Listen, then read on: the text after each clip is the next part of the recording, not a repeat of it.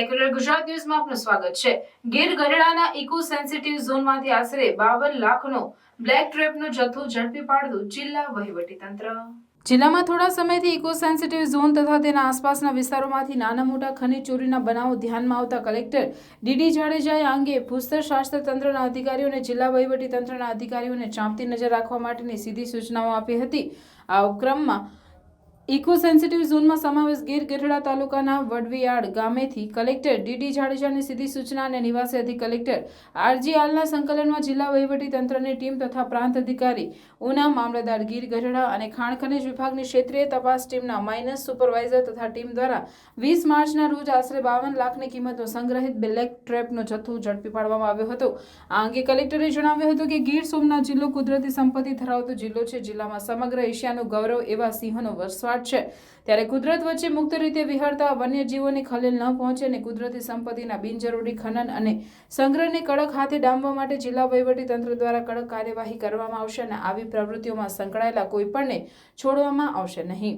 ઉલ્લેખનીય છે કે વડવીયાળ ગામે પેવર પ્લાન્ટ ચાલતો હોવાના સમાચાર દૈનિક વર્તમાન પત્રોમાં છપાયેલા હતા। તેને ધ્યાનમાં રાખીને તંત્ર દ્વારા ત્વરિત પગલાં ભરીને 7586.45 ઘનમીટર બ્લેક ટ્રેપનો સંગ્રહિત જથ્થો ઝડપી પાડવામાં આવ્યો હતો। આ બ્લેક ટ્રેપનો જથ્થો સંગ્રહ કરવાની પરવાનગી મેળવી હતી કે કેમ તેની તપાસ કરવા માટે ભૂસ્તરશાસ્ત્રના અધિકારીઓની ટીમ બનાવીને તેની તપાસ કરવા માટે કલેક્ટરે આદેશ કર્યો છે। ગેરકાયદેસર બ્લેક ટ્રેપ ખનિજ સંગ્રહ કરવા બદલ ઉદ્યોગ અને ખાણ વિભાગ ગુજરાત સરકારના જાહેરનામા તારીખ 26/9/2017 મુજબ ગુજરાત મિનરલ્સ અને રૂલ્સ 2017ના નિયમ 3, 7 અને 10ની જોગવાઈનો ભંગ કરેલ હોય નિયમ 21 મુજબ કાયદેસરની કાર્યવાહી પણ હાથ ધરવામાં આવશે।